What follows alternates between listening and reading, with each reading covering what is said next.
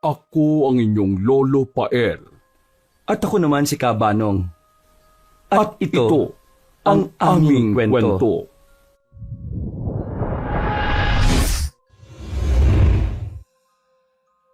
Habang pansamantalang nagpapahinga sa public parking area, lumabas muna ng sasakyan si Alexis dahil tumawag ang kanyang pinsang si Eddie. Uy, Insan! Kumusta? Ano na? Ayos na ayos, Insan. Eto nga't napatawag ako dahil doon sa sinabi mo. Ay, oo nga pala. Anong balita sa request ko sa'yo, Insan? Gusto ko lang tanongin kung sigurado ka nang lumipat sa pagmamanihuan mo. Isiguro mo muna ha.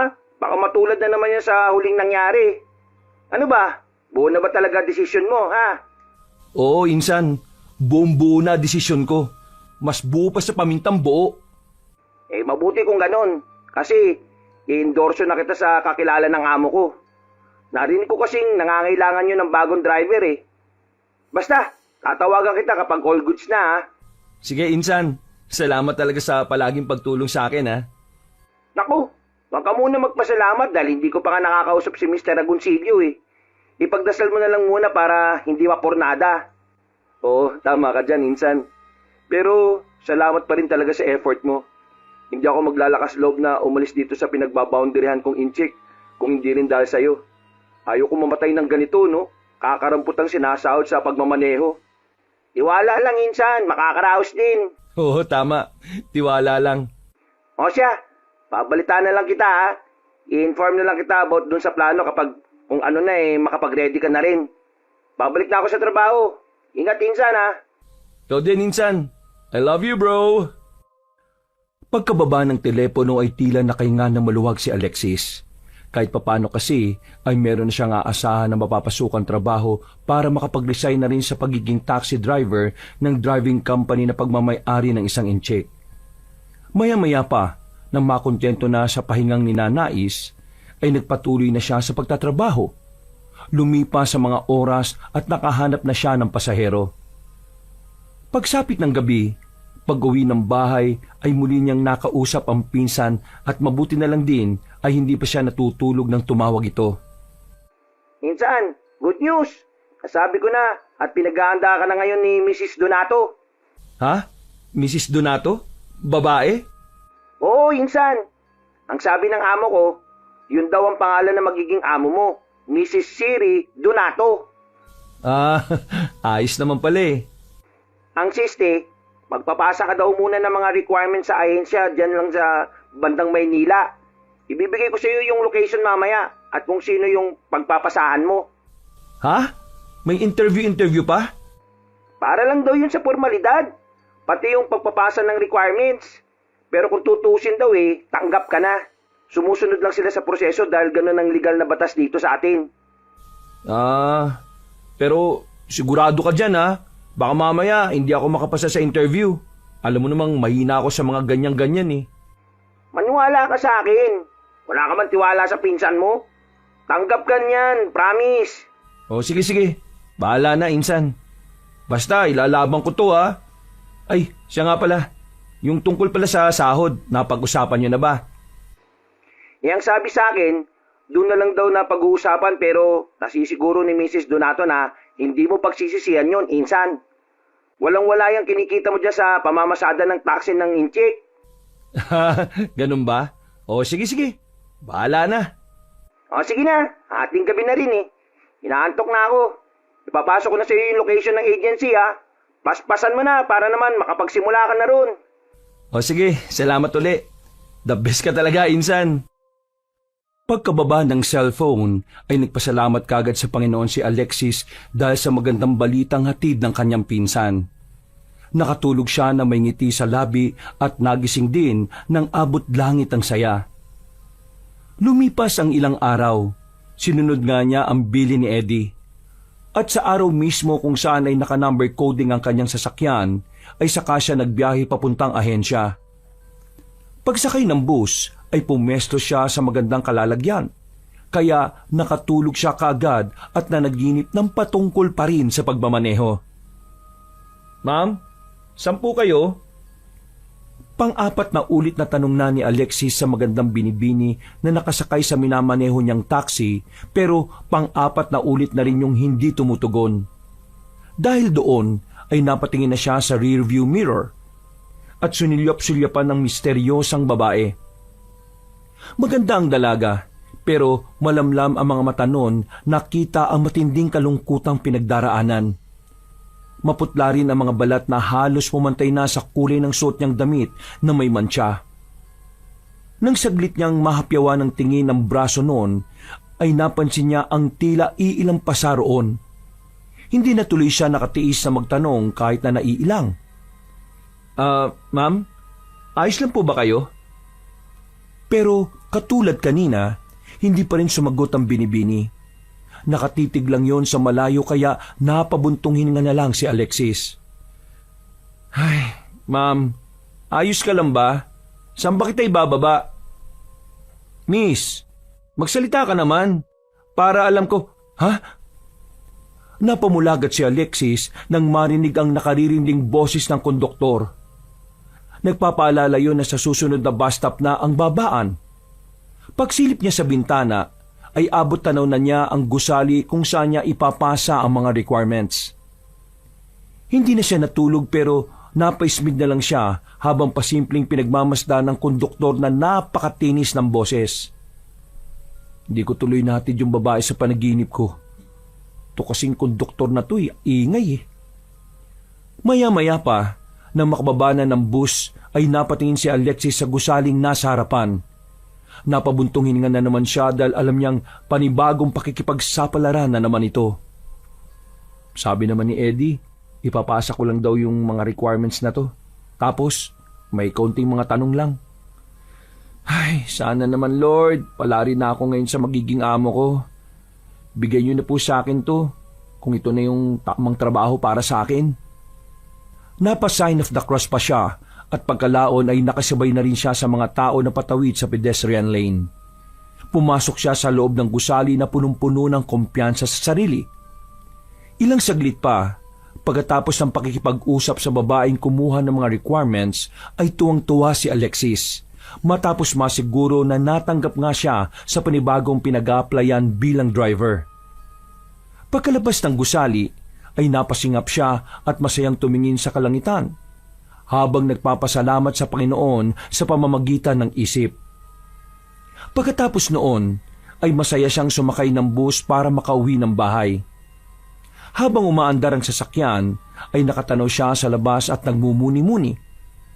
Tumatakbo na kagad sa isipan niya ang mga plano nila ng asawang si Geneva, na nasa probinsya at dumadaan sa proseso ng paggagamot na dialysis. Ito rin ang dahilan kaya nagsisikap siyang magkaroon ng trabaho na may mataas na sahod.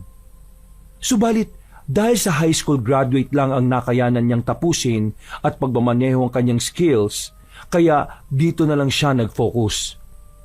Nagkataon lang na napunta siya sa kuripot na employer na habang tumatagal siya ay mas lalong tumataas ang boundary na dapat sana ay pababa.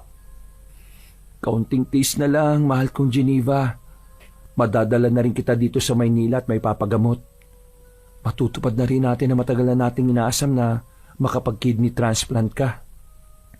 Dala na matinding pagninilay-nilay ay hindi na namalayan ni Alexis na nakatulog pala siya ulit. At parang sa mga teleserye na nagpatuloy ang kanyang panaginip kanina. Katulad ng naiwang eksena, nagmamaneo siya sa kayang isang mahiwagang binibini. Kinausap niya yon habang nakatingin mula sa rearview mirror ng sasakyan.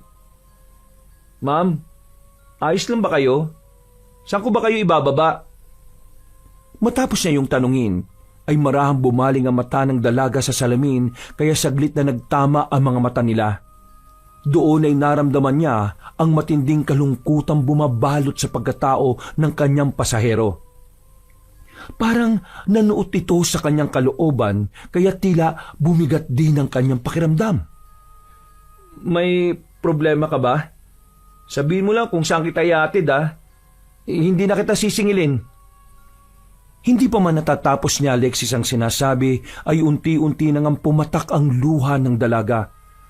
Wala siyang narinig na ingay sa pag-iyak noon, subalit damang-dama naman niya ang matinding kapigatian sa puso ng kanyang pasahero. Kaya naman, saglit niyang inihinto ang sasakyan.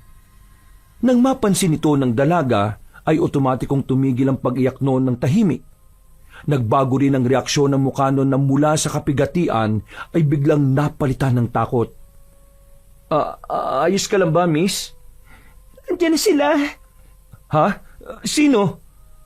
Parating na sila. Mag-iingat ka. Magaling sila manlinlang. Paikot-ikutin kanila hanggang sa masilo ka. Teka. Ano mo sinasabi mo, ha? Mag-iingat ka sa mga luwad. Lalo na sa reyna nila. Ha? Anong luwad? Hindi na alam ni Alexis ang itatanong. Pati kasi siya ay parang nataranta na rin dahil sa reaksyon ng dalaga na biglang naging aligaga matapos niyang ihinto ang sasakyan. Nang hahawakan na niya yon para pakalmahin, ay bigla naman siyang nagising dahil sa tapit ng isang babaeng pasahero na makikiupo sa tabi niya. Sorry, nakatulog ako. Pagkalaon ay tumangutango lang ang ginang saka naupo na. Si Alexis naman ay bumaling na lang sa labas at tinanaw ang paligid para alamin kung nasaan na siya. Pagkatapos noon ay hindi na siya nakaiglip pa. Nawala na rin sa isip niya ang napanaginipan dahil naalala niyang muli ang magandang nangyari ng araw na yon. 3:00 ng hapon. Pag-uwi ng bahay ay tinawagan niya kaagad si Eddie dahil alam niyang hindi yun abala ng ganoong oras. Kaagad niyang sinabi ang magandang balita na ikinatuwa naman ng maangas niyang pinsan. Good news, insan! Natanggap na ang mga requirement ko. Ayun, aprobado na raw, sabi nung nakausap kong HR. Di ba? Sabi ko naman sa iyo eh. Maraming salamat talaga, pinsan ha. Sa wakas makakapag-ipon na ako ng pera para sa plano kong kidney transplant ni Mrs. Madadala ko na rin siya dito sa Maynila para makapagpagamot na maayos. Tama, insan. Kaunting tis-tis lang muna. Makakaraos din ang lahat. Balitaan kita kung kailan kanila papupuntahin doon ha. O baka tumawag na lang mismo sa iyo yun. Total, may number ka na naman nila na pinasa mo sa agency, di ba? Oo, insan. Tawag mo na muna yung asawa mo at ihatid mo yung magandang balita. Siguradong matutuwa ng gusto yun si Geneva. Oo, sige, insan. Salamat ulit sa tulong mo ha. Kapag nakaluwag-luwag na babawi rin ako sa'yo. Pangako. Naku, saka na yan. Unahin mo muna yung asawa mo na matulungan. Basta ako, nakasuporta lang ako sa inyo. Matapos ang ilan pang pag-uusap ay nag-drop call na nga si Alexis at tinawagan naman ang asawa na nasa kabilang panig ng Pilipinas. Sinabi nga niya ang magandang balita kaya napaluhan na lang si Geneva. Dahil sa wakas ay nagkaroon na rin ng katugunan ng panalangin nila sa Panginoon para makapag-ipon ng sapat na pera. Pagsapit ng gabi ay nagluto ng masarap na ulam si Alexis para sa tagumpay ng araw na yon. Masaya siyang kumain ng hapunan kahit mag-isa lang sa inuupahang bahay. Ninamnam niya ang pagkain na may ngiting abot langit. Makalipas ang ilang minuto, eksakto 10:00 ng hating gabi, ay saglit pang nagmuni-muni ang ginoong tsuper dahil hindi pa kasi siya makatulog. At para dalawin ang antok, ay nagpunta muna siya sa sala para manood ng palabas. Naglipat-lipat siya hanggang sa mapunta sa isang channel na may kinalaman sa mga paranormal and supernatural activities. Ang mga totoong dokumentaryo ni na Miss Pam at Kabanong na isa sa mga paborito niyang panoorin. Doon nga ay nakita niyang nabanggit ang tungkol sa luwad kaya bigla na lang tuloy pumasok sa isip niya ang napanaginipan kanina sa bus. Ha? Ano ba yung luwad na yan? Natigilan na siya sa pagsasalita dahil biglang nag-brown out. Napakamot na lang siya sa ulo at saka tinanggal sa saksakan ng TV. Pagkatapos noon, ay doon na lang din siya mismo nahiga sa sala at pinilit na lang ang sarili na makatulog. Hanggang sa ilang minuto pa nga ang lumipas ay tuluyan na ngang inanod ng antok ang diwa niya. Napadilat lang siya matapos maramdaman ng haplos at yakap ng kanyang asawa. Kasunod ng pagbulong sa kanyang tenga. Sa kwarto ka na matulog dahil mas malamig doon. Nagtataka niyang pinagmasdan ng inakalang asawang si Geneva na biglang bumangon at nagdire-diretso lang papunta sa kusina. Mahal? Saan ka pupunta? Hindi yun umimik pero narinig na lang ni Alexis na sumara ang pinto sa banyo kaya nagkaroon siya ng ideya na iihilang pala ang asawa. Matapos noon ay tumayo kagad siya at nagtungo sa kwarto at saka naiga sa kama kaya lang napabalikwas siya ng bangon at halos mahulog sa kama dahil sa sobrang pagkabigla. Sa kanya lang kasi napagtanto na siya nga lang palang mag-isa sa bahay. Anak ng tinapay naman oh! Dali-dali siyang bumangon at nagtungo sa kusina. Hanggang mabaling ang atensyon niya sa nakasarang pinto ng banyo. Biglang kumabog ang kanyang dibdib nang maalala ang maigpit na pagyakap ng kung sino mang nilalang na yon. Doon niya lang din naisip na kaya pala tila ang lamig ng katawan ng nasabing babae. Nang mapagtanto ang mga pangyayari, ay otomatikong nagtaasa ng kanyang mga balahibo. Mabilis na gumapang ang kilabot sa buo niyang katawan, kaya napayakap siya ng pasimple sa sarili. Walang iya. Sino yung yumakap at bumulong sa akin? Sino yung tao ngayon sa banyo? Napatingin ulit siya sa nakasarang pinto ng palikuran at pinakiramdaman kung may tao nga sa loob nito. May tao ba dyan? Eksaktong pagkatapos niyang sabihin yon, ay dahan-dahan bumukas ang pinto ng banyo na lumalangit-ngit pa. Wala naman siyang nakitang kahit sinong tao sa loob, kaya mas lalo siyang nangilabot. Kinakabahan man sa mga nangyayari, ay tila sanay na rin sa ganoon si Alexis. Maraming pagkakataon kasi na nangyari na ang mga ganitong bagay sa kanya dahil noon pa man ay talagang lapitin na siya sa mga hindi pangkaraniwang nilalang. Aktibo kasi ang kanyang sixth sense o tinatawag ng iba na third eye. Bata pa lang talaga ay nabuksan na ang kanyang third eye. Ayon kay Lolo Cosme na siyang nagpalaki sa kanya, ay nangyari ang lahat matapos nilang masangkot sa isang aksidente nung siya ay 7 taong gulang pa lang. Nang halos 2 linggo siyang nasa ospital noon, ay inakala ni Alexis na buhay pa ang mga magulang niya dahil palagi niyang nakikita ang mga yon sa silid. Hanggang sa sabihin na nga lang ng kanyang lolo na patay na sina Nanay Abby at Tatay Tonyo niya. Magmula noon ay madalas nang nakakakita si Alexis at nakakaramdam ng mga hindi pangkaraniwan. Noong binata pa lang siya, ay meron siyang mga nakilala na may kakayahan din tulad niya. Pinayuhan siya ng mga yon na umaktong normal lang kung sakaling meron man siyang mapansin o makitang mga nilalang na hindi pangkaraniwan o ng mga espiritu. Kung minsan daw kasi ay may mga mangungulit at mananakot kapag nalaman nilang nakikita mo sila. Sinunod naman niya ang mga payo na yon hanggang sa mag-asawa na siya. Kaya lang kung minsan din talaga ay hindi maiwasang mabigla o matakot at umaktong normal dahil may mga pagkakataong nakakasindak ang mga hindi pangkaraniwang nilalang at espiritong nakikita at nakakasalamuhan niya. May mga pagkakataon din naman na halos hindi niya mawari kung normal na tao pa nga ba o hindi. Ang isang nakikita niyang kaluluwa dahil parang umaakto lang ang mga ito na katulad sa ginagawa ng mga normal na tao. Bukod sa mga hindi pangkaraniwan yon, hindi pa nakakaengkwentro si Alexis ng mga aswang, mangkukulam at mambabarang. Isa pa naman yon sa mga gusto niyang maranasan pero tila hindi inaadya ng panahon.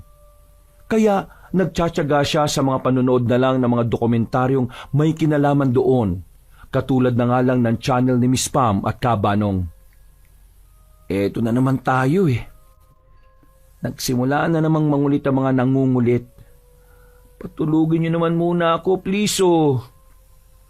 Napabuntong hininga na lang si Alexis dahil sa mga pangyayaring yon. Pagkatapos umiling-iling ay isinara na niya ang pinto ng banyo at bumalik sa kanyang silid saka nahiga ulit at natulog. Nanalangin din muna siya sa isipan para magpasalamat sa Panginoon dahil sa mga nangyari nung araw na yon. Lord, iwasan naman po sana ako ng mga multo-multo na nagpapakita sa akin. hindi ko pa rin kasi makuwang masanay sa ganitong bagay eh. Kung pwede nga lang sana, Lord, alisin na lang sa akin to para naman maging normal ang mga bagay-bagay para sa akin. Gusto ko lang pong maging maligaya ang pamilya ko at alam kong ikaw ang gagabay sa amin sa tamang landas para sa magandang kinabukasan namin. Marami at marami pang pasasalamat na darating, Lord. Let your will be done in Jesus' name. Amen. Saka siya nag-sign of the cross at natulog ng mahimbing hanggang sa dalawin na naman siya ng kakaibang panaginip. Sakay na magarang sasakyan ay nagbabiyahe siya sa napakatahimik na daan na may magkabilang mahabang taniman. Pagtingin niya sa rearview mirror ay nakita na nga niya ang mahiwagang dalagang pasahero. Ha? Siya na naman? Tahimik lang na nakatanaw ang babae sa magandang tanawin. Hanggang sa bigla na lang umitim ang kalangitan. Sa isang iglap ay binalot ng dilim ang paligid. Kaya ang kaninang magandang tanawin ay hindi na nila nakita pa. Nagtuloy-tuloy sa pagmamaneho ang tsoper. Hanggang sa marinig niya ang pagkagulgol ng babaeng pasahero sa likuran. Miss, ayos ka lang ba? Hindi sumagot ang babae. Patuloy lang to sa pag-iyak kaya inihinto na niya ang sasakyan. Doon nga ay tumigil na sa pagluha ang babae pero napalitan na naman ng takot ang mukha nun. May problema ka bang pinagdaraanan? May tutulong ba ako? Sabi mo sa akin para alam ko ang gagawin ko. Nandiyan na sila! Tumuro lang sa harapan ng takot na babae at ang mapabaling doon si Alexis ay wala naman siyang nakitang tao roon. Muli niyang binalingan ng pasahero pero nanatili pa rin ang takot sa mukha nun kaya nag-alala pa rin siya. Ilang saglit pa nga ay umiyak na naman yun. Pero kita pa rin sa hilatya ng mukha ang matinding pagkatakot sa kung anumang nilalang na hindi naman nila nakikita. Ano bang kinakatakot mo, miss? Nandiyan na sila. Nandiyan na ang mga luwad. Tulungan mo ko. Iligtas mo ako laban sa kanila. Parang awa mo na. Luwad? Ano ba yung luwad na sinasabi mo, miss? Ipaliwanag mo naman ng mabuti o para malinawan ako. Ha? Hindi na natapos ng tsoper ang sinasabi dahil nakarinig na sila ng nakakakilabot na ungol mula sa hindi kalayuan. Pagkatapos noon, ay mas lalong nanginig sa takot ang babaeng pasahero. Mas dumilim din ang paligid hanggang sa naramdaman na nga nila ang matinding pag-uga ng sasakyan na parabang may gumagawa nito. Nagulat na lang si Alexis na makita sa labas ng kotse na tila umuulan ng putik. Nagtalsika ng iba sa sasakyan kaya mas lalo lang natakot ang walang tigil sa pag-iyak na babae. Tulungan mo ko! Tulungan mo ko! Nandiyan na sila!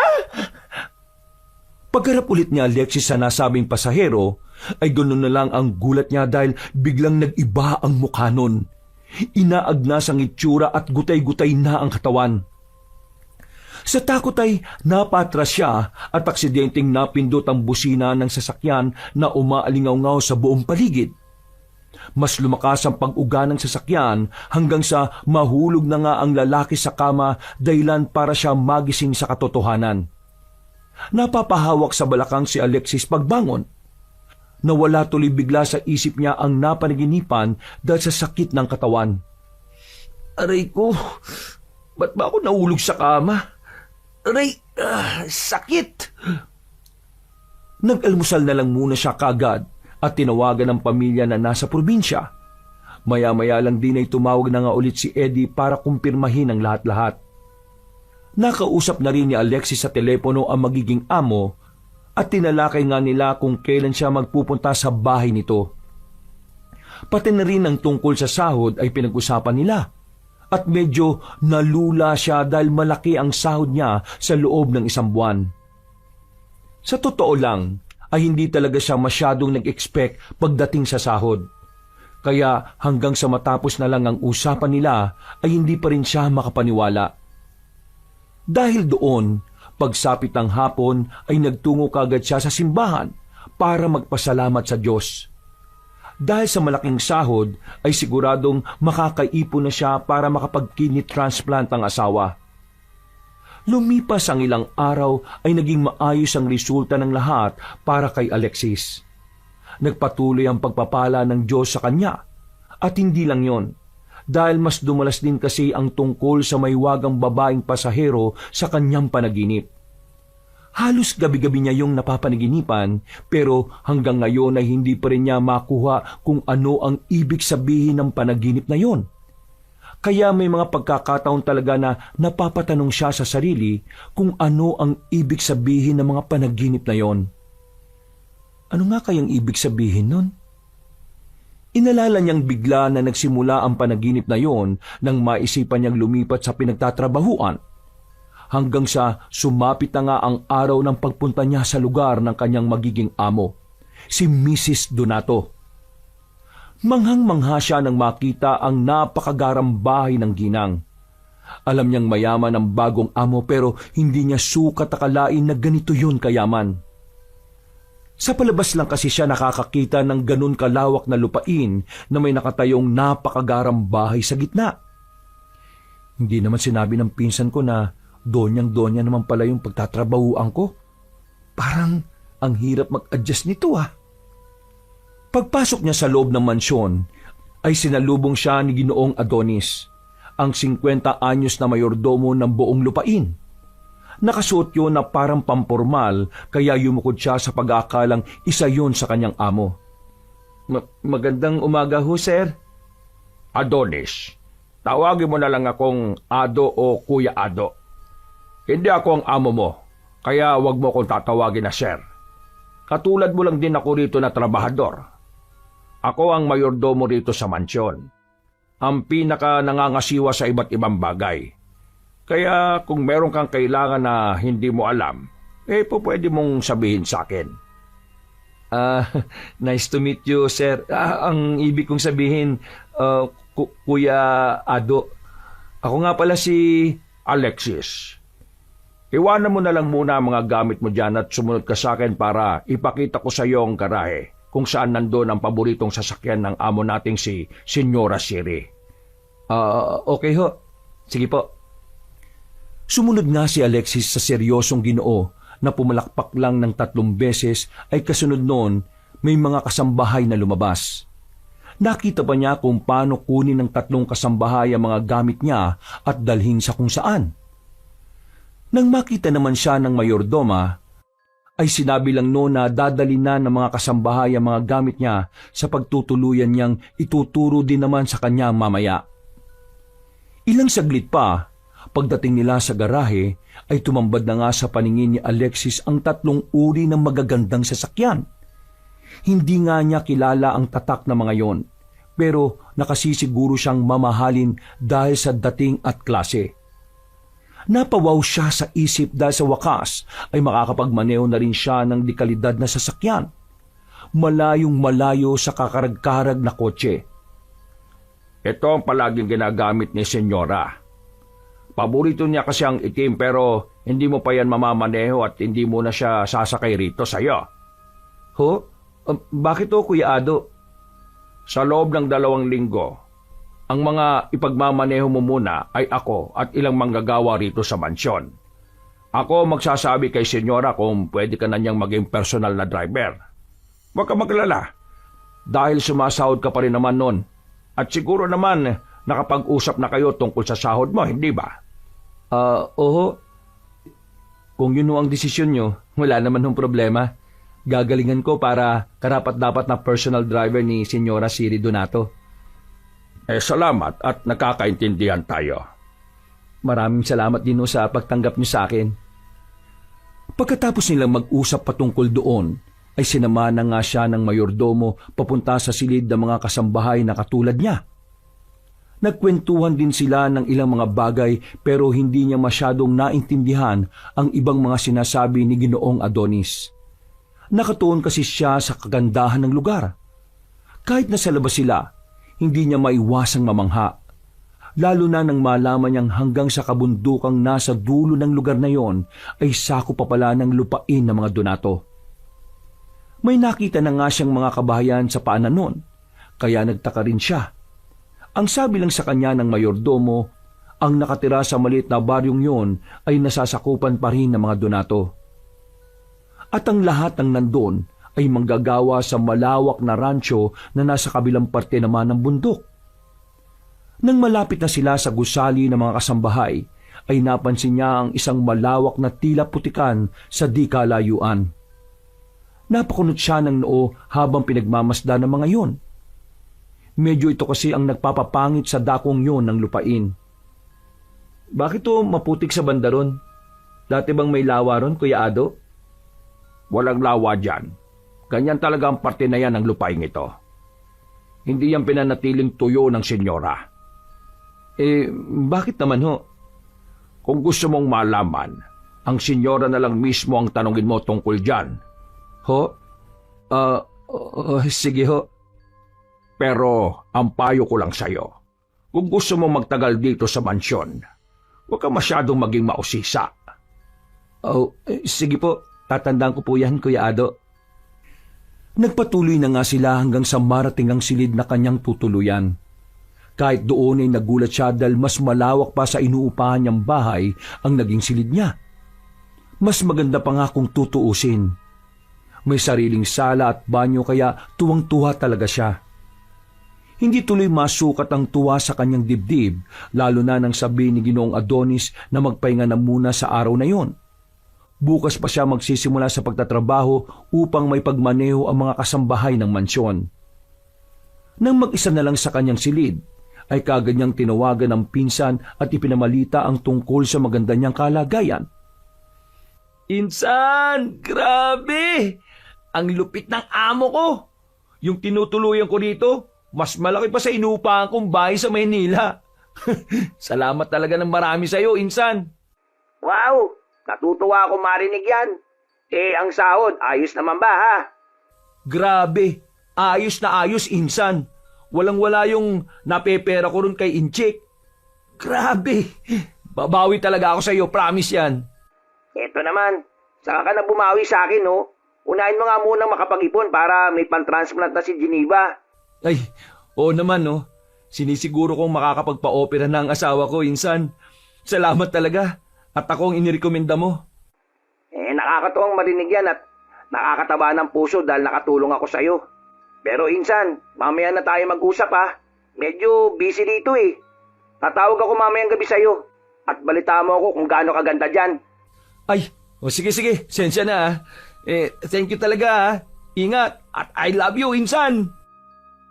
Pagka-drop call ay kagad niya ring tinawagan ng asawa na nasa probinsya para ipaalam ang maganda niyang kalagayan. Halos magkaiyakan nga sila ni Geneva dahil sa magandang pagpapala ng Diyos sa kanila. Matagal na kasi talagang ninanais ng babae na magpa-kidney transplant dahil sa hirap ng pagdadialysis. Bukod sa hirap na dinaranas niya, ay napakagastos din na hindi sapat ang kinikita ni Alexis. Mabuti na nga lang talaga ay may mga kaanak silang matulungin katulad ni Eddie. At sa mga LGU na rin na nagkakaloob ng libreng tulong para sa mga pasyente na may chronic kidney disease. Nang makapagpaalam na sa asawa ay niligpit muna ni Alexis sa mga gamit at inilagay niya sa cabinet. Pagkatapos ay sumilip siya sa bintana kung saan naabot ng tingin niya ang malawak na putikan mula sa hindi kalayuan. May nakita siya roon na ilang tao na tila nagtatampisaw pero hindi na niya masyadong pinagtuunan ng pansin. Hinawi niya ulit pasara ang kurtina bago naiga sa malambot na kama hanggang sa makaidlip nga siya. Naalimpungatan siya matapos maramdaman ang malamig na haplos ng kamay sa kanyang muka. Napabangon siya at inaantok na nagkuskus ng mga mata habang naglilibot ng tingin. Inakala niya kasing merong tao at gumising sa kanya. Nang mapagtanto na nilak naman niya ang pinto, ay bumalik siya sa pagkahiga. Subalit pagtingin sa kisame ay ganun na lang ang gulat niya dahil meron dong inaagnas na babaeng nakatihaya at nakatingin sa kanya. Tulungan mo ko. Kinuha nila ako. Tulungan mo ko. Nandiyan na sila. Nandiyan na ang mga luwad. Habang sinasabi yun ng misteryosang babae, ay naglalagpakan naman ang pira-pirasong putik hanggang sa tuluyan nang bumuhos kay Alexis. Kaya napabangon siya bigla. Pagtayo ay bigla na lang tila bumalik sa normal ang lahat.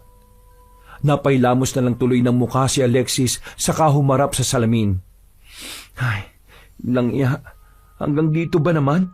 Sinusundan ako ng multong yun? Napabuntong hinga na lang siya at muling sumilip sa bintana. Katanghalian na ng tapat kaya wala na siyang makita sa malawak na lupain. At ilang saglit pa nga ay merong kumatok na kagad niyang pinagbuksan. Tumambad ang isang dalagang edad 24. Siya si Elena, ang isa rin sa mga bagong kasambahay sa mansyon.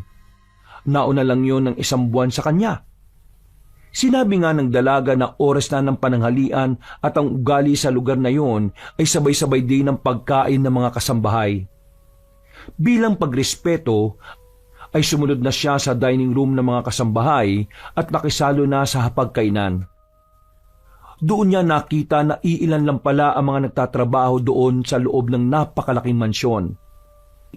Napaisip tuloy si Alexis kung gaano nahihirapan ang mga yon, lalo na ang tagalinis dahil sobrang laki talaga ng lugar. Bago sila tuluyang lumantak sa pagkain, ay ipinakilala muna ni Ginoong Adonis sa mga kasamahan. Naging masaya naman ang pagtanggap ng iilan, kaya naging magaan kagad ang loob niya sa mga bagong katrabaho. Natuwa talaga siya sa pakikitungo ng mga yon, kaya nasabi niya sa sarili na magtatagal siya sa lugar na yon at pag-iigihan niya talaga ang pagtatrabaho. At lumipas na nga ang mga oras, araw at linggo. Natuon na nga ang atensyon ni Alexis sa pagtatrabaho. Pinagmamaneho niya si Ginoong Adonis at ang iba pang kasambahay kapag pumupunta ng bayan para mamili. Nakilala na rin niya si Senyora Siri pero nakaramdam siya na matinding pagkailang dahil talagang napaka-elegante na matandang ginang. Hindi talaga sukat akalain na nasa 70 years old na ito. Dahil napakakinis ng balat nito na tila kumikinang-kinang pa nga sa pagkamorena. Makailang beses niya ring napapansin ng amo na palaging napunta sa malawak na putikan at agad na nagbababad doon. Kaya naisip niya na may kinalaman ng lupa kung bakit maganda ang kutis niya. Gawa nga ng palagi niyang pinagmamaneho ang mga kasambahay, ang ilan sa mga yon ay nakapalagayan na talaga niya ng loob, lalo na si Elena. Madalas silang nagkukwentuhan at natatalakay nga nila ang tila hiwagang bumabalot sa malawak na putikan. Nahihiya naman kasi magtanong-tanong pa si Alexis dahil nga minsan na siyang napayuhan ng mayordomo patungkol sa pagiging mausisa. Makalipas pa ang ilang araw, dahil sa pagiging disiplinadong tsuper at maasahan sa trabaho, ay maraming biyaya ang dumating sa kanya. Nagustuhan ng mga kasambahay kung gaano siya kaingat magmaneho, kaya nirekomenda na nga kagad siya ni Ginoong Adonis na maging personal na driver ni Senyora Siri. Tuwang-tuwa siya dahil sa balitang yon. Kaya naman kagad niyang tinawagan ng asawa. Mahal, good news. Personal driver na ako ni Mrs. Donato. Siguradong mas marami pang blessing na darating nito sa akin. Ay naku, salamat talaga sa Diyos. Oh, mag-iingat ka dyan palagi ha. Magpagaling ka at magpalakas.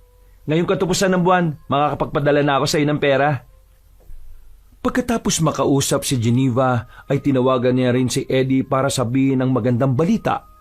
At katulad ng kanyang asawa, hindi rin maipinta ang saya sa puso ng maangas niyang pinsan. Hindi talaga ako nagkamali nang ikaw ang inirekomenda ko. Nakakatuwa namang marinig yan. Dahil biruin mo yon, 2 linggo ka pa lang dyan eh. Nakuha mo na kagad ang tiwala ng mga tao sa paligid mo. Ang galing mo talaga, Insan. Salamat sa tiwala, Insan. Huwag ka lang sa akin magpasalamat ha. Magpasalamat ka rin sa kakayahan mo at siyempre sa Panginoon. Salamat talaga ng marami sa Diyos. Naway, tuloy-tuloy ka pang gabayan dyan ni Lord at mag-iingat ka palagi sa pagmamaneho ha. Baka mamaya kung sino-sino yung sinasakay mong mga babae, Insan. Maganda pa naman yung coaching dinadrive mo dyan. Nako, Insan. Kung dyan nga sa Maynila hindi ako nakakapambabae kahit ang dami-daming tao. Dito pa kaya na ang layo-layo ng mga bahay. At saka, mahal na mahal ko ang asawa ko, no? Para gumawa ng kalokohan. Yan, tama yan. At saka, hindi rin naman ako nakakalis dito sa mansyon hanggang di nalabas ang amo ko. Kaya malabong-malabo talaga yung sinasabi mo. Matapos na maiksi nilang pag-uusap, ay dumiretso na sa higaan si Eddie. Saglit lang siyang nanalangin at saka natulog na mahimbing hanggang sa muli na naman siyang managinip. Patungkol sa mahiwagang babae na hanggang ngayon ay hindi pa rin niya makilala. Nakasakay siya sa magarang kotse ng among si Mrs. Donato at naghihintay sa harapan ng mansyon. Hinihimas pa niya ang bawat bahagi ng sasakyan dahil sa ganda nito. Tila manghang-mangha pa rin siya sapagkat ngayon lang makakapagmaneho ng mga bigating sasakyan. Iba talaga mayayaman. Kahit anong klase ng sasakyan mabibili nila. Napatingin siya sa rearview mirror ng sasakyan dahilan para masilayan niya ang mahiwagang babae. Tila nagulat pa nga siya at kaagad napalingon sa likuran. Tumambad sa kanyang paningin ang magandang dalagang may malamlam na mga mata. Kitang-kita sa mga mata nun ang matinding kalungkutan. Maputla ang mga balat na kapantay ng kulay ng suot nitong damit na may mapupulang mantsa. Katulad din ng dati, ay kapansin-pansin ng mga pasa sa braso at hita nito. Ikaw? Paano ka nakapasok dito sa sasakyan? Eksaktong pagkasabi niyang yun, ay sa isang kisap-matay napunta silang bigla sa mahabang kalye na napapaligiran ng malawak na bukirin. Labis na nagtaka ang lalaki sa mga nangyayari. Maya-maya pa ay lumingon siya sa kung saan tumuro ang misteryosang babae. Doon niya lang napansin ang baryo na napakaputik ng daan. Dinaanan lang nila ang nasabing lugar at kapansin-pansin nga ang mga taong naroon na parang aliw na aliw sa paglublob sa putikan. Nang muling lingunin ng tsuper ang babae mula sa rearview mirror, ay nagulat siya dahil takot na naman yun. Ano bang ikinatatakot mo? Mag-ingat ka sa mga taong luwad. Tulungan mo ako makakawala sa kanila. Kasunod noon ay nagulat na lang ulit si Alexis dahil pumapatak na ang luha ng misteryosang babae. Halata pa rin sa imahe ng mukha noon ang matinding pangamba. Tulungan mo ako pakalaya sa mga luwad. Parang awa mo na. Ano ba yung luwad na sinasabi mo? Wala akong maintindihan kung anong ibig sabihin nun Linawin mo nga sa akin. Pwede ba? Nang makalampas sila sa baryong maputik, ay tumahan na sa pag-iyak ang misteryosang babae. Pero mas lalong naging seryoso ang mukha nun. Nagulat na lang din si Alexis dahil napunta na sila sa malawak na putikang nasa parting bakuran ng lupain ng kanyang amo. Ha? Paano tayo napunta rito? Wasakin mo ang tahanan ng mga luwad at palayaan mo ako sa kanila. Parang awa mo na. Tulungan mo ako makalaya sa mga luwad. Kahit hindi ko naintindihan ang mga nangyayari, sisikapin kong tulungan ka. Pero teka, ano bang pangalan mo? Estela. Estela? Paano ba kita matutulungan? Paano kita mapapalaya sa mga luwad? Wala akong ideya patungkol sa kanila At saan kita hahanapin, ha? Hindi naman sumagot ang dalaga. Nagpatuloy lang itong nakatingin sa labas, kung saan naroon ng malawak na putikan. Napabuntong hininga na lang tuloy si Alexis at nagmaneho na palayo sa lugar na yon dahil narinig niya ang pagtawag ni Senyora Siri. Nang marinig naman ni Estela ang boses ng ginang, ay muli yung nahintatakutan. Napansin niyo ng tsuper kaya kagad niyang pinayuhan ng dalaga sa kung anumang kinatatakutan nito. Huwag ka mag-alala, Estela. Huwag ka matakot. Tutulungan kita sa abot na makakaya ko. Hahanapin kita. Pangako yan. Gusto ko na makauwi sa amin. Parang awa mo na. Ilayo mo na ako sa luwad. Isama mo akong lumayo sa baryo ng mga luwad. Ipangako mo sa akin, parang awa mo na. Mangako ka. Oo, pangako. Hindi kita iiwan kahit na anong mangyari. Nagulat na lang si Alexis dahil bigla na lang naglaho sa passenger seat ang nasabing dalaga. Kasunod noon ay bigla siyang nakarinig ng mabigat na tunog at ingay. Isang kalembang at 12 beses itong magkakasunod na tumunog. Dahil doon ay mas lalong dumilim ang paligid hanggang sa mas mabigat ang presensya ng kapaligiran. Ang daang tinatahak ni Alexis ay biglang tila naging kumunoy kaya siya napahinto. Ha? Anong nangyayari? Pagtingin niya sa rearview mirror ay doon niya nasaksihan ang nakakatakot na nilalang na tila naliligo sa putik. Namumula mga mata noon at ang magbuka ng bibig ay kitang-kita niya ang matatalim at mahahabang mga ngipin. Ang dila nito'y parang ahas na lumaluwit din, kaya nahintakutan na siya ng gusto. Alam niyang hindi na yun si Stella, kundi isa ng halimaw kaya dali-dali niyang binuksan ang pinto ng sasakyan para lumabas. Subalit, pinigil naman siya ng nasabing halimaw. At saan mo binabalak pumunta bago kong halipin, ha? Bitiwan mo ko! Bitiwan mo ko! Bakit ko gagawin yon? Bakit mo ko inuutusan? Ikaw ang utusan at hindi ako! Ikaw ang susunod sa mga sinasabi ko! Lapastangang alipin! Tulong! Tulungan niyo ako! Bitiwan mo akong halimaw ka! Halimaw! Itong tinatawag mong halimaw, hindi magtatagal ay magiging isa ka na rin. At ang mga hindi susunod sa lahat na kagustuhan ko ay matutulad sa labastangang babaeng yon! Habang sumisigaw, ay sinisikap na kumawala ni Alexis sa nakakatakot na nilalang na naliligo sa putik. At nang nagawa nga niya, ay kagad siyang lumabas sa sasakyan, subalit nahulog naman siya sa kumunoy. Humalakak lang ng humalakak ang halimaw sa loob ng kotse habang siya naman ay tila nakikipagpatintero kay kamatayan para lang mabuhay. Tulong! Tulungan niyo ako! Kasunod noon ay umugong na malakas ang kalembang. Dahil doon ay napabalikwas ng bangon si Alexis at napaharap siya sa alarm clock na siyang dahilan kung bakit siya biglang nagising. Iritable niyang pinatay ang alarm clock sa kamuling nahiga at napatingin sa kisame. Napanaginipan ko na naman yung babae. Estela ang pangalan niya.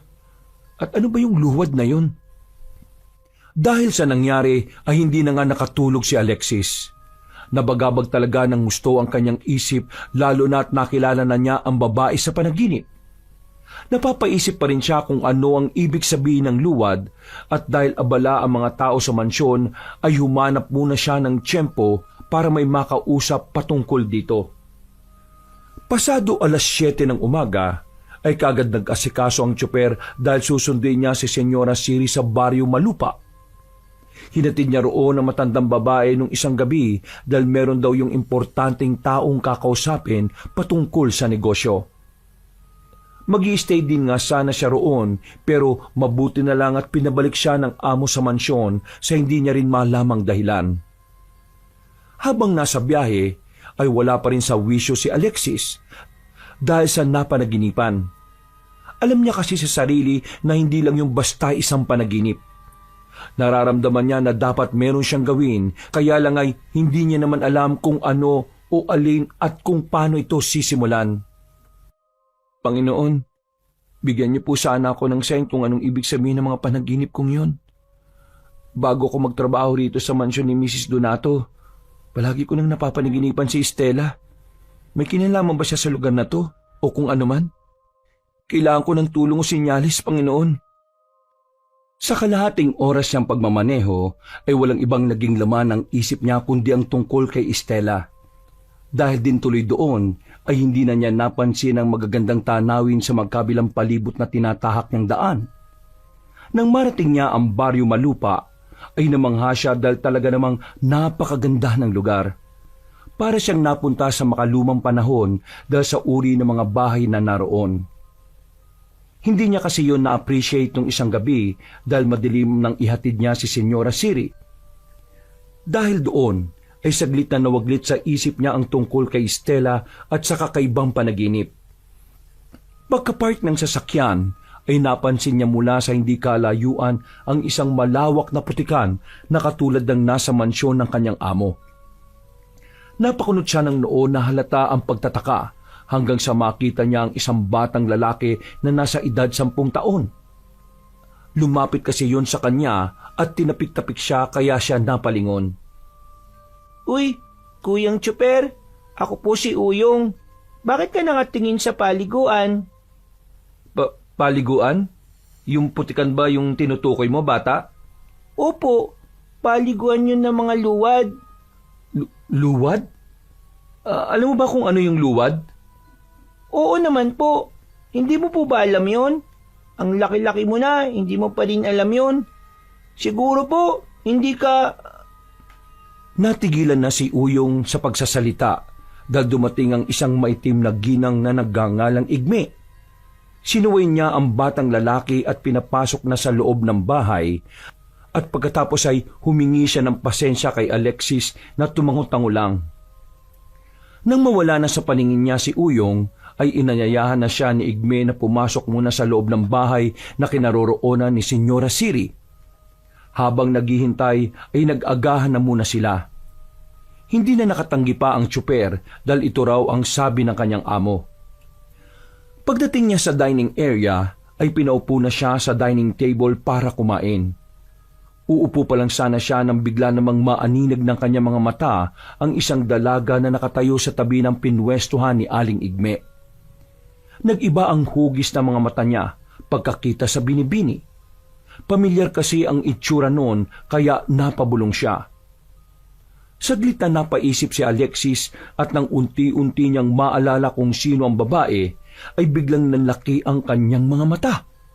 Siguradong sigurado siya na ang babaeng katabi ni Aling Igme ay ang dalaga sa kanyang panaginip. Si Estela? Si Estela nga yung babaeng yun. Ang malamlam nitong mga mata na punong-puno ng kalungkutan, ang maputla nitong balat at ang katawang puno ng pasa. Si Estela nga yung katabi ni Aling Igme. Biglang nanayo ang mga balahibo ni Alexis matapos makita si Estela. At mas lalong nangilabot ang buo niyang katawan nang magtama na ang mga mata nila. Nang makita niya ng personal ang binibini, ay doon niya mas naramdaman na kailangan nga noon ang kanyang tulong. Bumilis ang tibok ng kanyang puso dahil sa pagnanasa na matulungan ng dalaga. Subalit hindi niya alam ang gagawin sapagkat tila nagpapatong-patong pa sa utak niya ang mga revelasyong nangyayari. Anong gagawin ko ngayon? Napahawak pa siya sa ulo dahil bigla itong sumakit dala ng mga pangyayari. Naantala lamang siya matapos makarinig ng maingay na tunog at ilang saglit pa nga ay dumating na si Senyora Siri, tangan ng kanyang paboritong maliit na batingaw. Kulay ginto ito at madalas niya talagang dinadala na hindi malaman ni Alexis kung libangan lang talaga o may iba pang gamit. Matapos itong makita at marinig ay doon lang nag-sink in sa utak ng tsuper ang lahat-lahat ng tungkol sa kanyang panaginip. Ang mahiwagang babae na puno ng pasa at ang batingaw. Ang lahat ng ito ay nagalo-halo sa utak niya. Doon nga siya mas nanalig na ang lahat ng bagay ay itinadhana kaya siya napunta sa lugar na yon ay para iligtas ang nanganganib na si Estela. Gusto ni Estela na ilayo ko siya sa lugar na ito. Yun ang ibig sabihin ng mga panaginip ko. Kumukonekta siya sa panaginip ko at doon siya humihingi ng tulong. Tila nanginginig ang mga mata ni Alexis matapos maintindihan ng paulit-ulit niyang panaginip. Hindi rin kasi sukat akalain ng tsuper na ganoon naaabot ang kakayahan ng kanyang sixth sense. Hindi niya ito halos mapaniwalaan. Subalit alam na alam niya sa kanyang sarili na ito nga ang ibig sabihin ng mga panaginip na yon. Kailangan ni Estela ng tulong.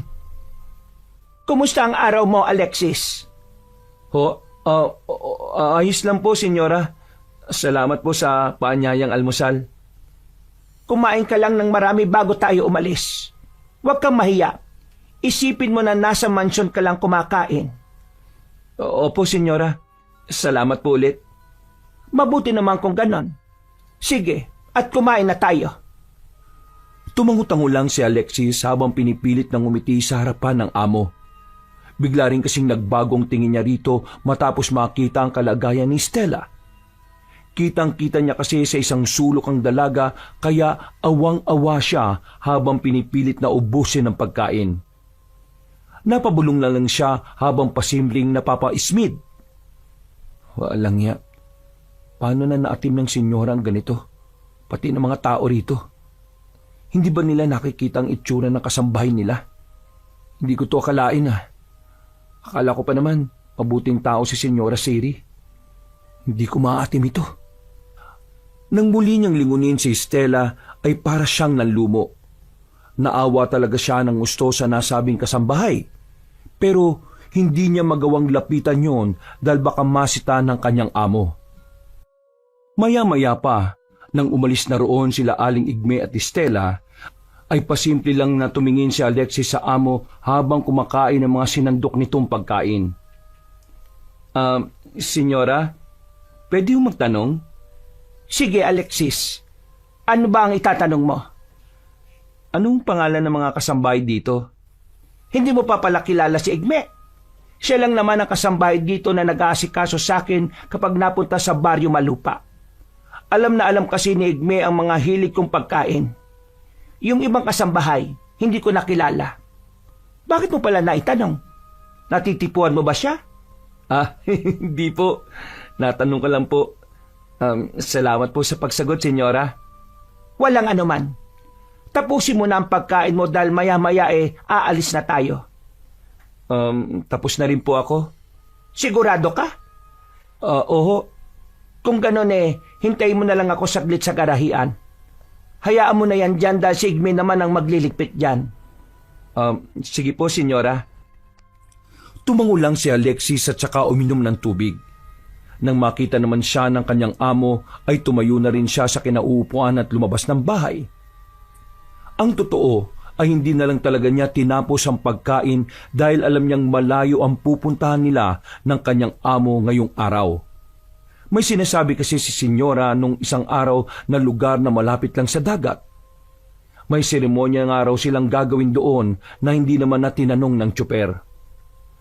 Makalipas ang ilang minuto, habang palis sila sa lugar na yon, ay muling napasulya pa si Alexis sa magarang bahay hanggang sa maaninag niya nga si Stella. Nakatayo mismo ang dalaga sa main entrance ng bahay habang pinagmamasdan silang palayo. Nanaig tuloy sa puso ng lalaki na mailigtas ang kaawa-awang kasambahay sa kamay na mapang-abuso nilang amo. Hindi niya sukat akalain na ganun pala ang ugali ng inaakala niyang mabuting tao. Bago lisanin ang lugar ay napabulong na lang siya sa sarili habang tinatahak ang daan palayo sa Baryo Malupa. Pangako, Stella, aalisin kita sa bahay na yan at iuwi ng ligtas pabalik sa inyo. Dahil sa abala ang diwa kaya hindi niya napansin si Uyong na kamuntikan pala nilang masagasaan. Mabuti na lang ay kagad niyang napreno ang kotse kaya walang nasaktan. Lumabas naman kagad si Aling Igme at piningot sa tenga ang batang lalaki na kumakaway-kaway lang kay Alexis na parang walang nangyari. Ayos lang ho ba kayo, senyora? Pasensya na ho sa nangyari, Ayos lang naman ako. Pagpasensyahan mo na rin niyang si Uyong. Pasaway talaga yung anak ni Igme na yon. Palaging sabik sa bagong tao. Kaya nga ho O sige na, at magmadali na tayo dahil marami akong dadaanan ngayon bago magpunta sa Baryo Dalampasigan. Okay ho. Habang tinatahak ang daan ng umagang yun, ay hindi na mapakali si Alexis magmula nang makita niya ang kalagayan ng kaawa-awang si Stella. Pagdating nila ng amo sa Baryo Mabato, ay naiwan na lang siya ulit sa garahian. Ayon kasi sa kanyang amo, ay tatawagan na lang siya kung meron yung kailangan o kung aalis na. Pinayagan din siya ng matandang babae na maggala-gala, basta hindi masyadong malayo sa lugar na kinaroroonan nila. Dahil kung sakaling merong emergency, ay madali siyang makakabalik. Hindi katulad sa Baryo Malupa. Medyo walang kakaiba sa lugar na napuntahan nila. Lumang-luma ang mga bahay at may isang malaking palengke lang sa pinakadulo. Nandun lang din halos ang lahat ng tao kaya hindi na siya nag-abala na pumunta pa. Sa paglibot sa lugar ay napansin na naman niya ang putikan katulad sa mansyon at sa Baryo Malupa. Ang kaibahan lang ay maliit lang yon kumpara sa mga nabanggit. Dahil para bang sinadya na kasi talaga na magkaroon ng ganon sa bawat baryo na napupuntahan nila. Para saan kaya talaga yung putikan na yan? Ang sabi ng batang si Uyong, paliguan daw ng mga luwad. Ano pa kasi yung luwad na yun? Yun din ang sinasabi ni Stella, na ilayo siya sa mga luwad. Napakamot na lang siya sa ulo at habang nagmumuni-muni siya, ay di pa rin maalis sa isip niya ang kalagayan ng nasabing kasambahay. Napaisip kasi siya kung paano sila nagtatagpo ni Stella sa panaginip. Ngayon niya lang napagtanto ang tungkol sa bagay na yon. May kakayan din siguro siya katulad ko. Malakas din ang sixth sense niya. Ay, ano na ang gagawin ko? Paano ko ba masisimulan ng pagliligtas kay Stella? Hindi naman ako basta-basta pwedeng pumunta sa baryo Malupa ng walang dahilan. Napakamot na naman siya ng ulo habang nag-iisip. Kaya lang ay tila walang pumapasok na mainam na paraan sa kanyang utak. Hanggang ngayon kasi ay hindi niya pa rin mapaniwalaan ang mga nangyayari.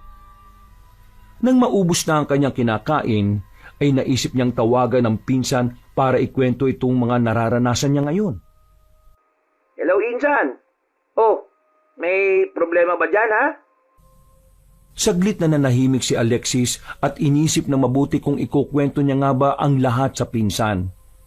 Bigla kasing sumagi sa isipan niya ang nangyari nung minsan siyang nagkwento dito ng tungkol sa mga hindi pangkaraniwang bagay.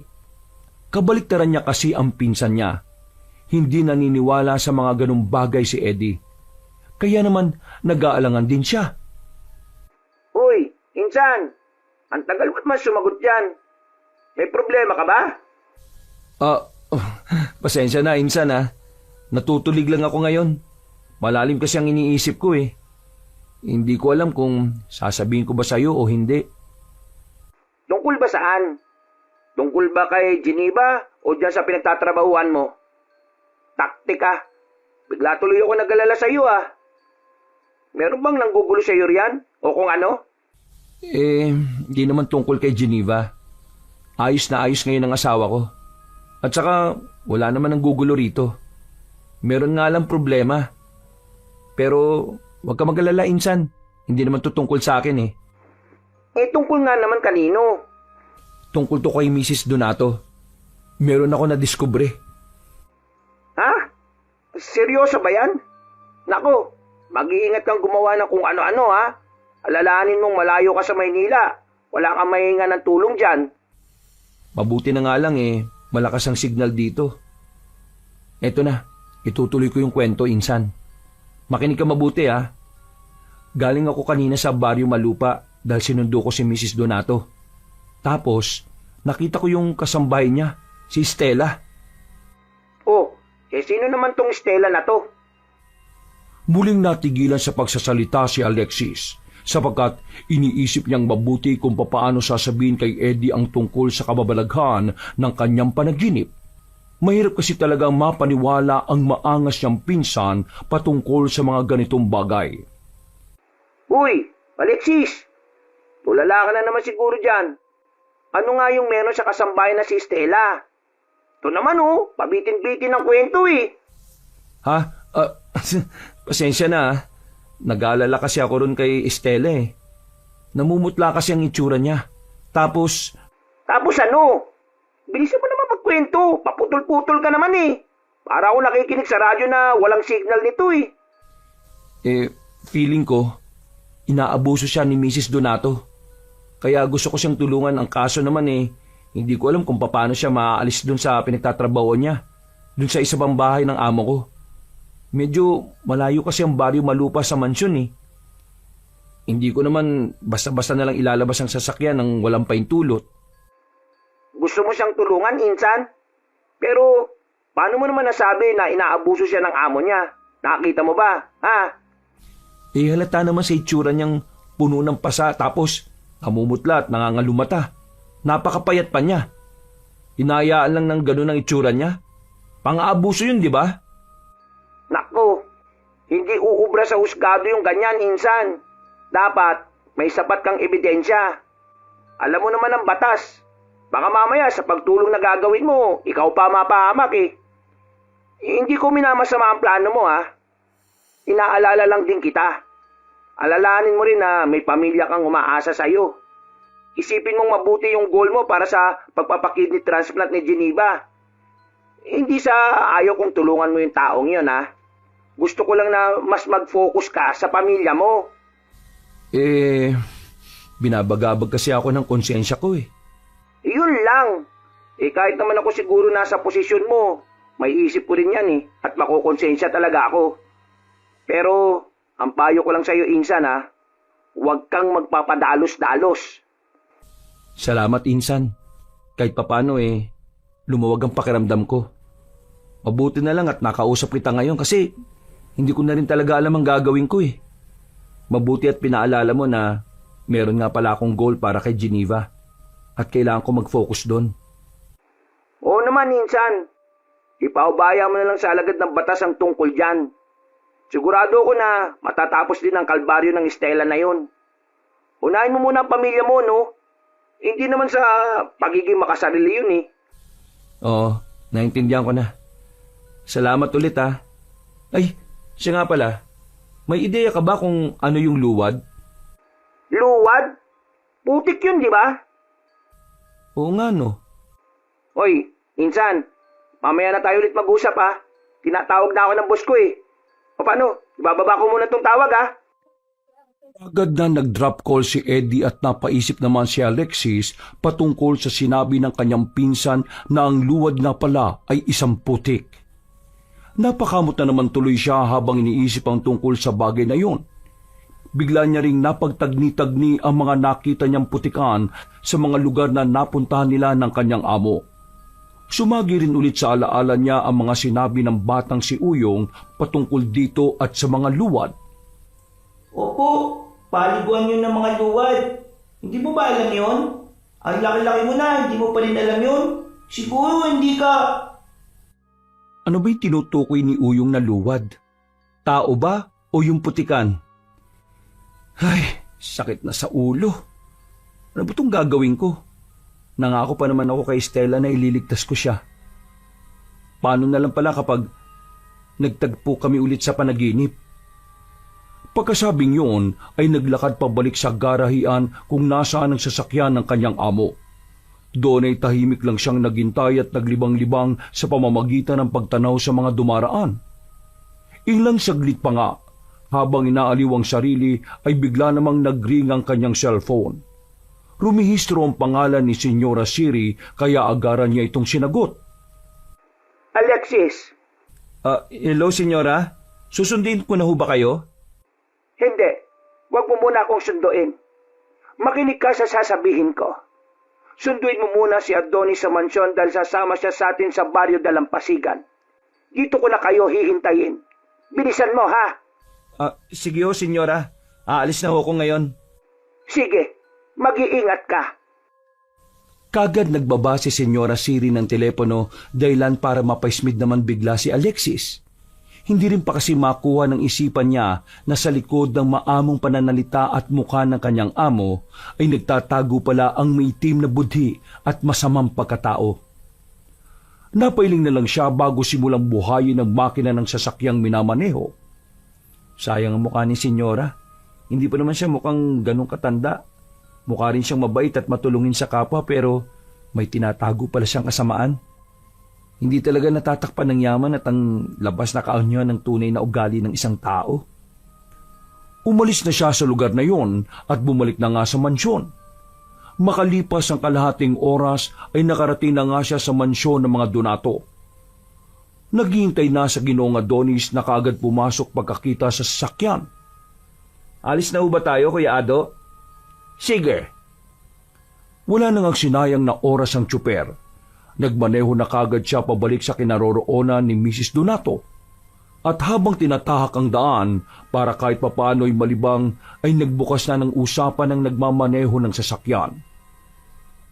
Kuya Ado, may tanong ho sana ako sa inyo. Okay lang ho ba? Wala namang problema basta kaya kong sagutin. May ideya ho ba kayo kung ano ang luwad? Pagkatingin ni Alexis sa rearview mirror ay kitang-kita niya ang pag-iba ng hilatsya ng mukha ng mayordomo. Naningkit ang mga mata niya pero hindi niya ipinahalata yun sa kausap. May problema ho ba? Wala naman. Ano nga ulit yung tanong mo? Tungkol sa luwad? Oho, may ideya ho ba kayo kung ano yon? Kanino mo naman nalaman ng tungkol sa luwad? Kay Uyong ho, yung anak ng kasambahay doon sa bahay ni Senyora sa Barrio Malupa. Siguradong naparusahan na naman ang batang yon dahil sa kadaldalan niya. Hala, bakit doon siya mapaparusahan? Ang ibig kong sabihin malamang ay pinagalitan na yun ng nanay niyang Sigme. Bakit nga ho? Ano bang meron sa luwad? Dito kasi sa probinsya na to, kilala ang mga luwad bilang isang uri ng tribo. Tribo? Laganap ang tribo ng luwad dito at karamihan sa mga baryo katulad ng Baryo Malupa, Baryo Babato at Baryo Dalampasigan. Ang mga naninirahan doon ay mga luwad. Napansin mo naman siguro yung mga putikan sa mga baryo na nabanggit. Oo nga ho Maliban na lang sa Baryo Dalampasigan. Yung pa lang kasi ang baryo na hindi ko pa nararating. Mamaya pa lang po. Malaki ang paniniwala ng mga luwad patungkol sa putikan.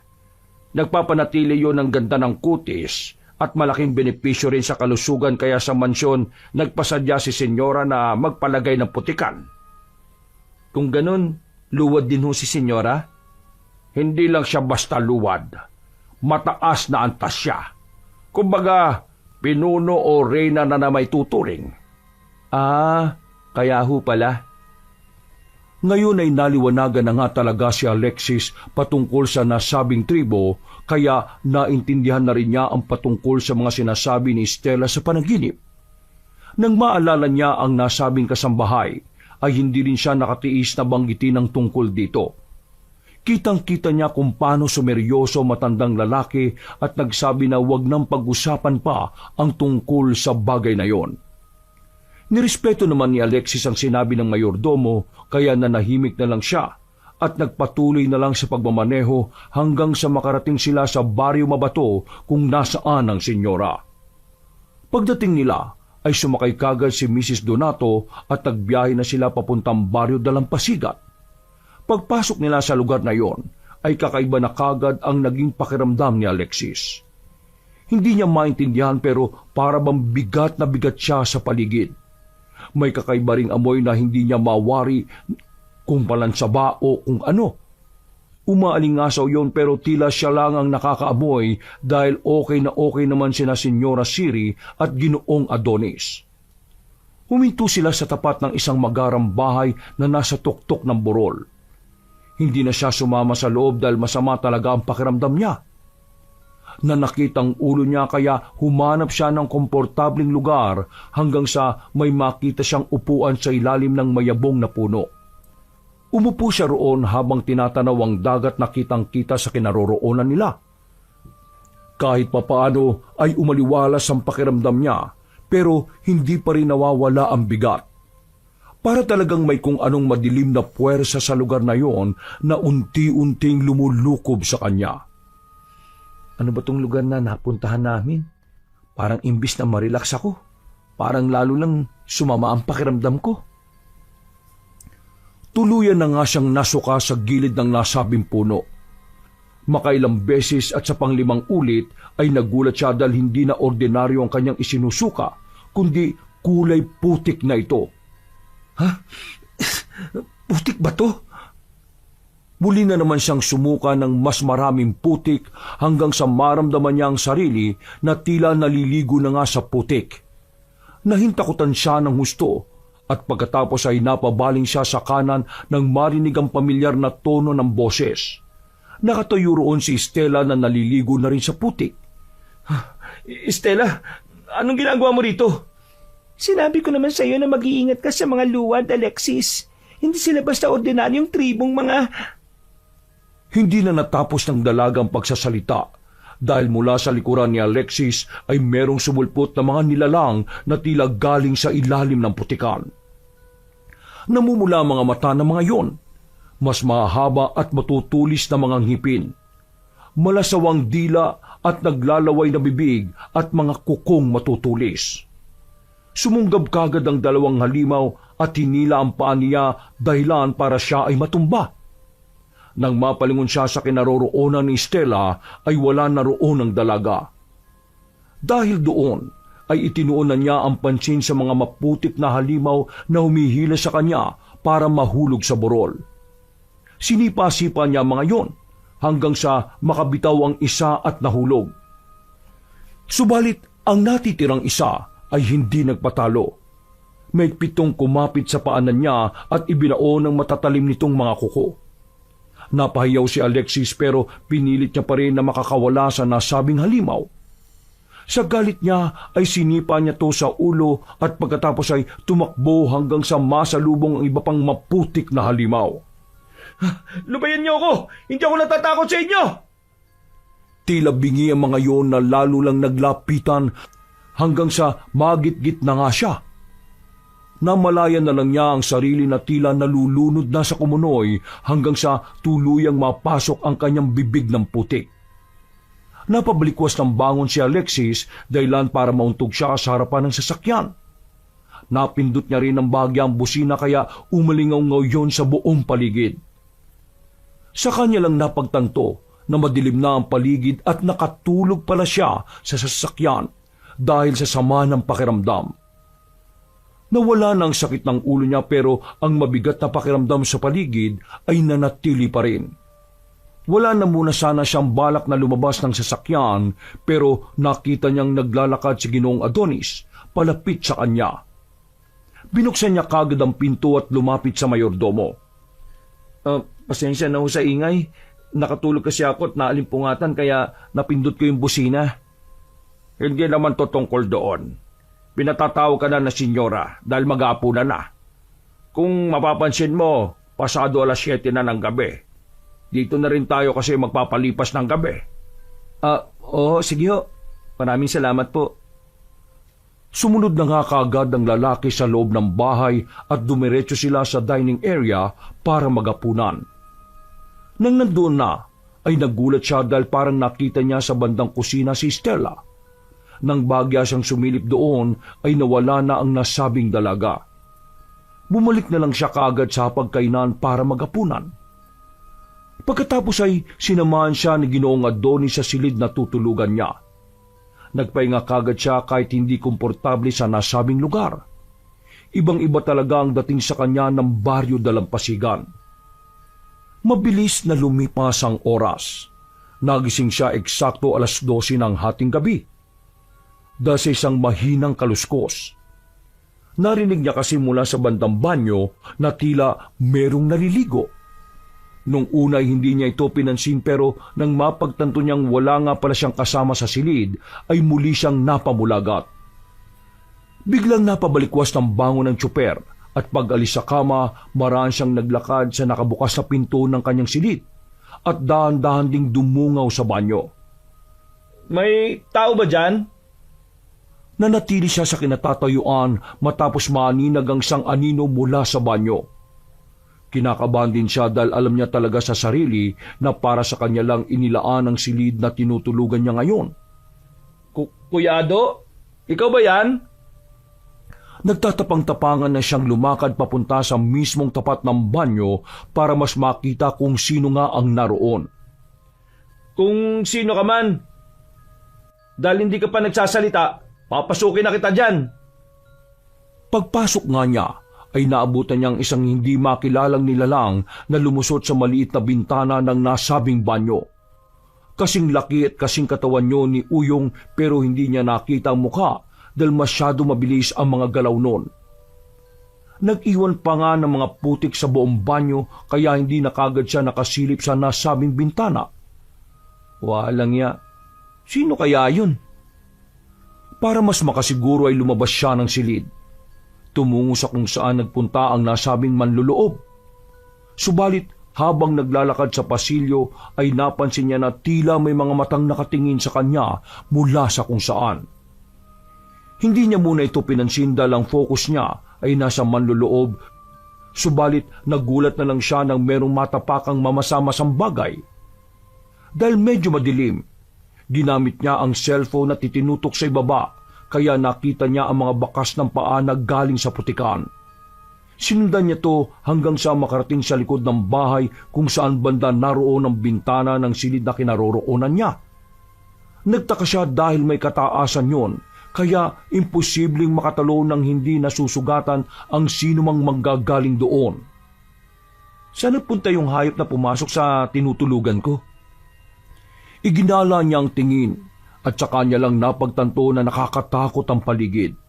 Kaya pasimple siyang napayakap sa sarili. Bigla na lang sumagi sa isipan niya ang napapanaginipang nilalang kanina na may kinalaman sa mga putik. Dahil doon ay nagmamadali na siyang pumasok sa loob ng bahay. Subalit napansin niya sa magkabilang gilid mula sa hindi kalayuan ang mga mapupulang mga mata kasabay ng nakakakilabot na ungol ng kung anong hayop. Nang itapat niya ang flashlight ng cellphone sa dakong yun, ay ganun na lang ang gulat niya sa mga nakita. Katulad na mga yun ang nasa panaginip niya. Ang halimaw na tila naliligo sa putik. Namumula ang mga mata. May matutulis na mga kuko. Matatalim, saka mahaba ang mga ngipin at may malaahas na dila. Halimaw! Kasabay ng pagsigaw niyang yon ay dali-dali siyang tumakbo papasok sa loob ng bahay, subalit mas mabibilis sa mga nasabing nakakatakot na nilalang. Matataas din yun kung tumalon na parang palaka kaya nagimbal siya lalo. Diyos ko po! Tulong! May halimaw! May halimaw! Nang malapit na siya sa pinto ng bahay ay muli siyang napasigaw ng saklolo. Tinawag niya rin ang pangalan ni Ginoong Adonis pero hindi pa natatapos ang kanyang sinasabi ay bigla na lang merong tila kung anong humatak sa kanyang paanan. Dahil doon ay nadapa siya at tumama ang ulo sa sahig na nagdulot ng kanyang pagkahilo. Dumausos din siya sa hagdanan kaya nagsunod-sunod ang kanyang pagkauntog. Huminto lang siya nang meron lamang humawak sa kanyang kamay na tila hinihila rin siya pabalik. Pagbaling ng tingin niya doon ay nakita niyang isang patpating halimaw na parang bata lang. Para yung nakikipagilahan sa umahatak naman sa halimaw sa kanyang paanan. Nang mapabaling siya sa bandang likod ay nakita niya pa kung paano magalit at umangil ang maputik na halimaw na humahatak sa kanya. Dinuraan yun ng batang halimaw kaya natanggal ang pagkakakapit sa kanyang paanan. May luylo pa rin siyang inahatak pabalik sa pinto kaya hindi na niya nagawang umalma sa batang halimaw. Nakakarinig lang siya ng mahinang tinig pero hindi niya masyadong marinig kahit pa nabobosesan niya yon. Bumangon ka! Bumangon ka at bumalik sa loob ng kwarto mo! Delikado rito at huwag kang lalabas! Ha? Uyong, ikaw ba yan? Naloko na! Nakilala yata ako! Walang ya. Ikaw nga si Uyong. Halimaw ka! Hindi po ko halimaw! Makahalimaw ka naman! Aswang ako! Isang luwad na aswang! Nagkakakawag si Alexis hanggang sa makakawala siya sa paghatak ni Uyong sa kanya pabalik sa loob ng bahay. Maya-maya pa, nang tatayo na siya para magtungo sa kanyang silid, ay may mahabang dila mula sa likuran na biglang lumingkis sa kanya. Napadausos naman siya subalit kagad naman siyang iniligtas ni Uyong na kagad kinagat ang nasabing dila kaya yun naputol. Nagsisigaw ang halimaw na tumakbo palayo pero ang iba ay nanatili sa pagsalakay. Nang makita ni Alexis ang kabuuan ng mga nasabing maputik na mga halimaw ay sa kanya lang napagtanto na para palang mga palaka ang mga yon. Tulong! Bago pa niya matapos ang paghingi ng saklolo, ay tumilapon na siya sa hindi kalayuan matapos sunggaban ng isa pang luwad. Nagpagulong-gulong sila. Mabuti na lang ay palagi siyang sinasagip ni Uyong laban sa mga nagtatangka sa kanyang buhay. Hilong-hilo na siya sa mga nangyayari pero pinilit niya pa rin bumangon kahit na duguan na rin ang kanyang noo. Nangahakbang na ay nakaramdam siya ng sakit matapos may tukod ang kanang kamay. Nang maihawak niya naman ang kaliwang kamay sa noo, ay doon na nga niya napansing tila naliligo siya sa dugo dahil sa tagas nito sa kanyang ulo matapos kumiskis sa lupa. At hanggang sa tuluyan na nga siyang matumba. Nakadapang napalingon na lang siya kay Uyong na pilit na nagtatanggol pa rin laban sa malalaking luwad. Pasensya na po, kuya. Yun na lang ang huling natandaan ni Alexis bago siya makaramdam ng pagtama ng kung anong bagay sa kanyang batok at tuluyang mawalan ng malay tao. Nagising na lang siya dahil sa mahinang bulong ng kung sino man sa kaliwa niyang tenga. Pagmulat ay naggulat siya matapos maabutan ng sarili na nasa magarang sasakyan ni Senyora Siri. Mag-isa lang siya roon at nakahinto ang sasakyan sa gitna ng kalsadang napapaligiran ng mga taniman. Anong ginagawa ko dito? Lalabas na sana siya ng kotse nang mapalingon siya sa rearview mirror kung saan nakita niya sa likod si Stella. Stella? Pasensya na kung dinawit pa kita sa gulo na to. Nagkamali ako dahil hindi na ako makakalis sa baryo ng mga luwad. Anong ibig mong sabihin? Gagawin ko ng paraan para makawala ka sa pang-aalipusta nila sa'yo. Huli na ang lahat, Alexis. Anong ibig mong sabihin huli na ang lahat? Matagal na akong patay, Alexis. Nasa kailaliman na ng putikan ng katawan ko at hindi mo na yun makukuha pa. Ikinalulungkot ko mang sabihin pero wala nang saysay ang lahat. Humihingi rin ako ng paumanhin dahil nadamay ka pa sa gulo. Hindi totoo yan. Hindi ako nadamay sa gulong ito. Dinala ko rito para iligtas ka. Gagawa ko ng paraan. Kukunin ko ang katawan mo at iuwi sa inyo. Mas mabuting unahin mo ang sarili mo. Umalis ka na sa baryo ng mga luwad kung ayaw mong dumating ang panahon na maging kauri ka nila. Ang mga luwad ay isang uri ng aswang na naninirahan sa putik. Dito sila nakakakuha ng lakas para makapambiktima ng mga inosenteng tao. Kung gusto mo pa makauwi ng buhay, habang hindi pa nahuhuli ang lahat para sa iyo, umalis ka na rito at huwag ka nang babalik. Pero paano ang katawan mo? Ituro mo sa akin kung saan yun makikita. Gagawa ko ng paraan, Stella. Hindi na kailangan. Tanggap ko na ang kapalaran ko. Alam kong sinubukan mo na ang magagawa mo pero hindi ka mananalo. Lalo na't wala kang kakayahan na makipaglaban sa mga aswang na luwad. Hindi ka magwawagi kaya ang tanging paraan na lang talaga ay matakasan sila. Ang kailangan mo lang gawin ay lumabas ng probinsya at hindi ka na nila masusundan. Nakakulong lang ang mga luwad sa lugar na to at bilang bahagi ng sumpa ng pagiging aswang. Ang probinsya na to ang nagsisilbi nilang kulungan. Hindi ako aalis nang hindi ka nahahanap. Huwag mo nang ipagpilitan ng sarili mo. Umuwi ka na sa inyo habang may oras ka pa. Habang hindi pa nila sinisimulan ang plano nila para maging katulad ka nila. Maniwala ka sa akin. Sa oras na maging isa ka ng luwad, hindi ka na makakalisba sa probinsyang ito. Ito na rin ang magiging kulungan mo katulad nila. Bumangon ka na at dumilat. Stella, teka lang! Huwag ka munang umalis! Teka lang! Isang malakas na kulog ang dumagundong at sa isang iglap ay biglang nagliwanag ang buong paligid. Pagdilat ng mga mata ay nasa pagamutan na si Alexis pero wala siyang ideya kung paano napunta roon. Hindi niya maalala ang mga nangyari kaya nagtataka siya ng husto kung paano napunta sa pagamutan. Nang makita niya si Elena na siyang nagbabantay sa kanya, ay bigla siyang bumangon na punong-puno pa rin ng kalituhan. Anong nangyari, Elena? Bakit ako nandito sa pagamutan? Aray! Napahawak siya sa bahagi ng noo na nasugatan.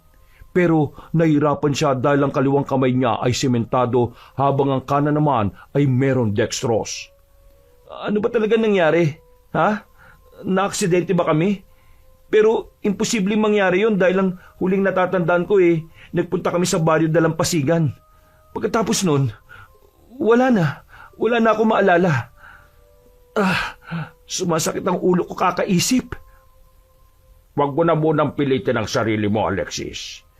Dahil hindi raw makakabuti yan sa'yo, sabi ng doktor. Ha? Kuya Ado? Kausap ko ang doktor na tumingin sa'yo. Pangatlong araw mo na rito sa pagamutan pero ang sabi ng doktor, pwede ka nang lumabas bukas. Inaayos ko lang ang mga babayarin dito sa ospital. At pagkatapos ay pwede na tayong umuwi sa mansyon. Ano bang totoong nangyari? Wala ka talaga matandaan? Wala ho talaga eh. Ang huli kong natatandaan ginising mo ako sa kotse at mag-aapunan tayo. Pagkatapos nun, wala na talaga. Burado na ang lahat. May nanloob sa bahay na tinutuluyan natin. Nang sabihin nyo ng mayordomo ay tila may kung anong alaala ang kumurot sa utak ni Alexis. Naalala niya na merong pumasok sa kwarto niya at lumusot sa maliit na bintana ng banyo. Pero malabo pa rin ang mga yon kaya bahagya siyang napahawak sa noo. Sumakit na naman kasi yon. Nagpatuloy naman sa pagsasalita sa Ginoong Adonis kaya pinakinggan na lang din niya ang mga yon at pinaniwalaan. Ayon nga sa Ginoo, ay may nanloob sa tinutuluyan nilang bahay. At dahil niligtas niya si Senyora Siri, siya naman ang napahamak. Nahulog siya sa mataas na hagdan at nabagok ang noo. Napilayan din siya at nawalan ng malay kaya dinala sa ospital. Kahit anong pilit na isipin ni Alexis sa mga nangyari ay wala talaga siyang maalala. Magkagayon man ay natutuwa siya dahil mabuti ang lagay ng kanyang amo. Gumaan na ang pakiramdam niya kahit na papano. Ilang saglit pa, matapos siyang ma-check ulit ng doktor, ay binigay na nga ni Elena ang kanyang cellphone. Tinawagan niya kagad ang pinsan at ipinaalam ang nangyari. Sinabi niya rin na nasa mabuti siyang kalagayan kaya isikreto na lang muna sa asawa niyang si Geneva ang patungkol dito. Ayaw niya kasing mag-alala ang asawa dahil baka makalala pa yun sa kondisyon ni Geneva. Mabilis na lumipas ang oras. Nakiusap na lang din muna si Alexis kay Ginoong Adonis na pauwi na rin muna si Elena sa mansyon. Nahihiya kasi siya na mayroong nagbabantay sa kanyang ibang tao. Pumayag naman ang Ginoo kaya mag-isa siya rong naiwan. Pasado 9:00 ng gabi, pagkainom ng gamot ay natulog ng haring kagad ang Ginoong tsoper. Pero mga bandang 10:30 ng gabi ay naalimpungatan siya matapos makarinig ng kaluskos sa bandang bintana. Pagbaling ng atensyon sa dakong yon, ay nakita niya ang anino ng isang bata. Mas nagulat siya nang marinig ang boses noon habang mahinang kumakatok. Kuya Alexis! Kuya Alexis! Kung gising ka pa, buksan mo tong bintana. Ha? Uyong? Marahan siyang lumapit sa bintana at binuksan nga ang batang luwad na nasa anyo pa ng tao. Nagtaka nga siya kung paano nakakyat doon ang patpating bata. Nasa ika-4 kasi na palapag ang kinaroroonan niyang silid. Paano ka nakaakyat sa ganyang kataas? Teka, bakit puno ka ng sugat? May nanakit ba sa'yo? Wala na pong oras, Kuya Alexis. Saka na po ako magpapaliwanag. Kailangan mo na makaalis sa lugar na to. Ha? Anong ibig mong sabihin? Tama nga pong sinabi ni Ate Elena. Wala kayong maalala sa mga nangyari. Hindi nyo talaga maalala kung paano kayo sinalakay ng mga kauri namin. Ha? Kauri namin? Opo, mga kauri namin mga aswang na luwad. Hindi na hinintay ng batang patpatin ang kausap na magtanong. Dali-dali na siyang nagpalit ng anyo bilang aswang na luwad. At gano'n na nga lang ang gulat ni Alexis nang makita ang tila maputik na halimaw. Sisigaw sana siya pero kagad tinakpan ng batang luwad ang kanyang bibig saka ulit nagpaliwanag. Ako po nagligtas sa inyo laban sa mga kauri ko. Makinig po kayo mabuti. Nahanap ko na ang bangkay ni Ate Estela na matagal lang nawawala at nakabaon sa putikan. Dalhin niyo po yun sa pagtakas niyo.